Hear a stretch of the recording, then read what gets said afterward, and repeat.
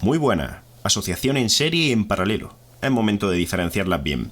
Vamos a ver esto en Tinkercad y de camino vamos a aprovechar también para repasar algunos conceptos importantes como la ley de Ohm. Vamos. Bueno, aquí dentro del simulador Tinkercad lo que tendremos que hacer para comenzar con este tutorial es crear un nuevo circuito. Yo lo hago siempre dentro de los proyectos, pero si vosotros no estáis dentro de un proyecto podéis hacerlo desde la parte de circuitos y le dais a crear. Una cosa que recomiendo siempre que creáis un circuito, cambiarle el nombre porque aparecen nombres muy extraños y luego es difícil de recordar. Así que en este caso, serie y paralelo. Siempre pongo la parte de componentes en todo. ¿Y qué vamos a añadir? Pues siempre añadiremos primero una breadboard que suele valernos la pequeña directamente. Y luego vamos a añadir en este caso resistencia. Resistor, vamos a añadir 3. Yo recomiendo que saquéis todos los componentes primero porque luego es más sencillo conectarlo todo. Necesitaremos una fuente de alimentación, Power Supply está aquí abajo y la coloco por arriba. Lo que os recomiendo siempre para conectar los circuitos es conectar en la parte de arriba el positivo a la línea positiva y el negro a la línea negativa. Y que cambiéis los colores, que si no luego es fácil liarse. Así que en negro la parte negativa y este cable en rojo. Así lo vamos a tener todo un poco más organizado. Y os recuerdo un poco la breadboard. Toda esta línea de aquí van a estar los pines entre sí conectados. Y lo mismo aquí. Sin embargo, en las de abajo las líneas se conectan de forma vertical, no en forma horizontal. Para acercarnos es la rueda del ratón con el control pulsado y para desplazarnos el clic con la rueda del ratón mantenido y así nos movemos. Bueno, vamos a hacer una asociación en serie. Para hacer esto cojo una resistencia, pulso la tecla R para rotarla y la coloco aquí. Hago lo mismo con la siguiente y me aseguro, fijaos, de que estén conectadas. Como están en la misma línea vertical, estarán conectadas entre sí. La pongo aquí porque si la pongo aquí arriba, estos dos polos, tanto el primero como el segundo, estarían conectados también por debajo. Y no queremos que suceda eso. Queremos que la corriente llegue a la resistencia, pase por dentro de la resistencia, salga por aquí y vamos a rotarla 3 veces. Pulsamos la R también y la colocamos la tercera.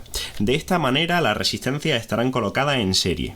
¿Por qué? Porque la corriente pasa por todas ellas. La corriente puede pasar solo por un camino, que es el camino de todas las resistencias. Eso es que estén conectadas en serie. Y ahora conectamos el polo positivo al inicio de esta resistencia y el negativo al final de la última. Vamos a hacer el camino que seguiría la corriente. Sale por la parte positiva, sigue por aquí, pasa por este cable, entra por esta resistencia, pasa por la siguiente, por esta y vuelve a la parte negativa. Bien, ese sería el camino.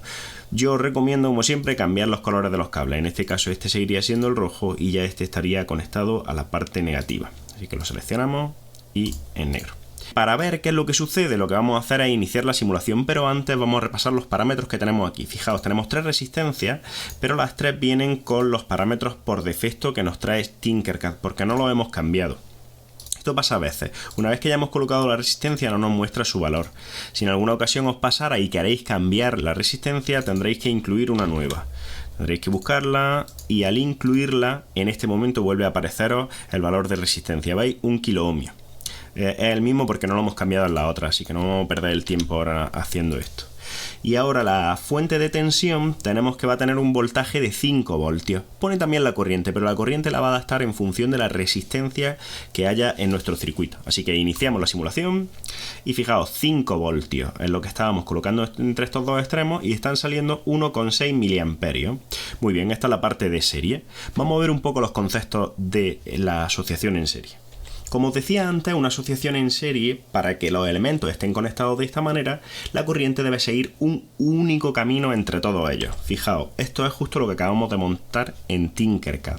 La corriente sale por el positivo, pasa por el primer extremo, entra por la resistencia, sale por su siguiente extremo, entra por el primer polo de la resistencia 2, sale por el segundo y lo mismo con la 3 hasta que vuelve al polo negativo de la fuente de tensión. Bien, este es el camino que seguía nuestro circuito. Vamos a hacer lo mismo, pero en esta ocasión lo vamos a comparar con una asociación en paralelo. Fijaos la gran diferencia. En serie, el único camino está ligado con la corriente. Sin embargo, en la conexión en paralelo lo que es único es la caída de potencial. De modo que las resistencias R1, R2 y R3 tendrán la misma caída de potencial, la que nos diga la fuente de tensión. Y la corriente no seguirá un único camino. Fijaos, la corriente aquí se divide en 3. ¿Vale? Y cada una de estas corrientes pasa por la resistencia 1, por la resistencia 2 y por la resistencia 3. Vamos a verlo en Tinkercad. Bien, ahora como quiero comparar lo que sucede en la asociación en serie y en paralelo, voy a aprovechar el mismo circuito y voy a añadir de nuevo 3 resistencias y una fuente de tensión, así que otro power supply. Esta la voy a conectar aquí abajo. Y hago lo mismo, el polo positivo al positivo, el negativo al negativo. Y cambio los colores para que no nos liemos. Este a rojo y este a negro. Y fijaos, cojo la primera resistencia, pulso la R para rotarla y para que estén en paralelo, ambos extremos de la resistencia deben estar conectados entre sí. Así que los coloco en la misma línea. Fijaos, si hiciera esto, ¿estarían conectados ambos extremos entre sí? No.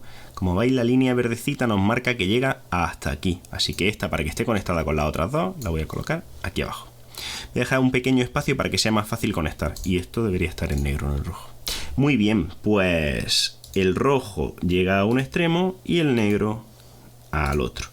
Así que esto de nuevo rojo y esto de nuevo negro. Fijaos, al hacer esto me he dado cuenta de que me he equivocado aquí. El negro debe estar en la línea del negro, si no, no habría funcionado. Y bien, ¿qué va a suceder ahora cuando le dé a iniciar la simulación?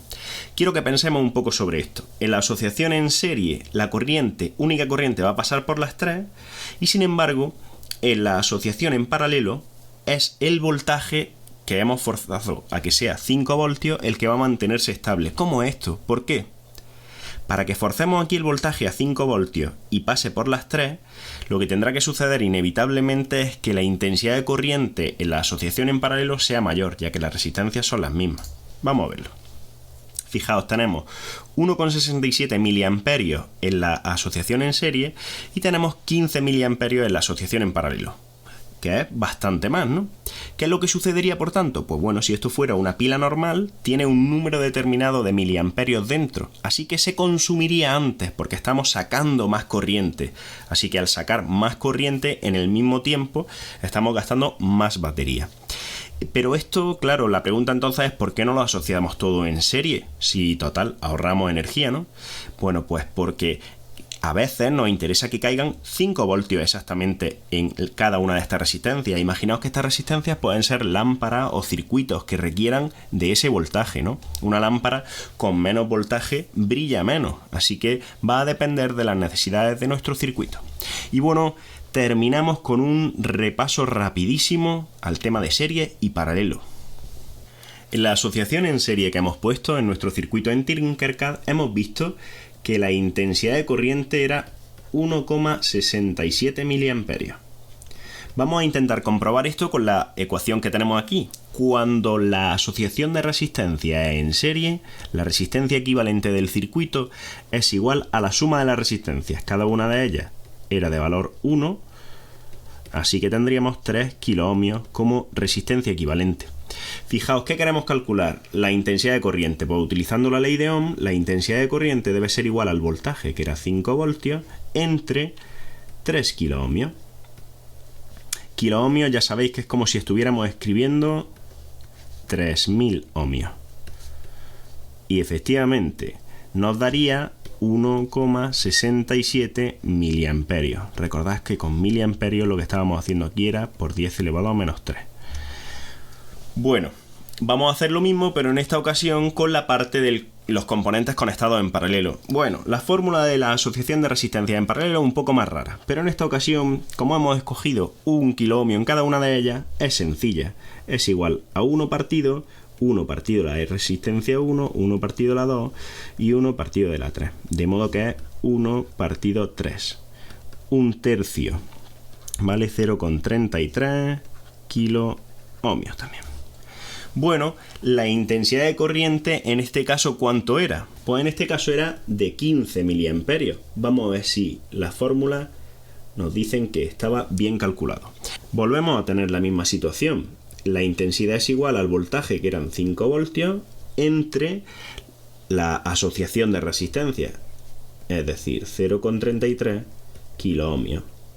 Bueno, pues esta cuentecita nos da 15 miliamperios, porque en verdad lo que estamos haciendo es 5 entre 1/3, que es lo mismo que 5 por 3, que es 15 miliamperios.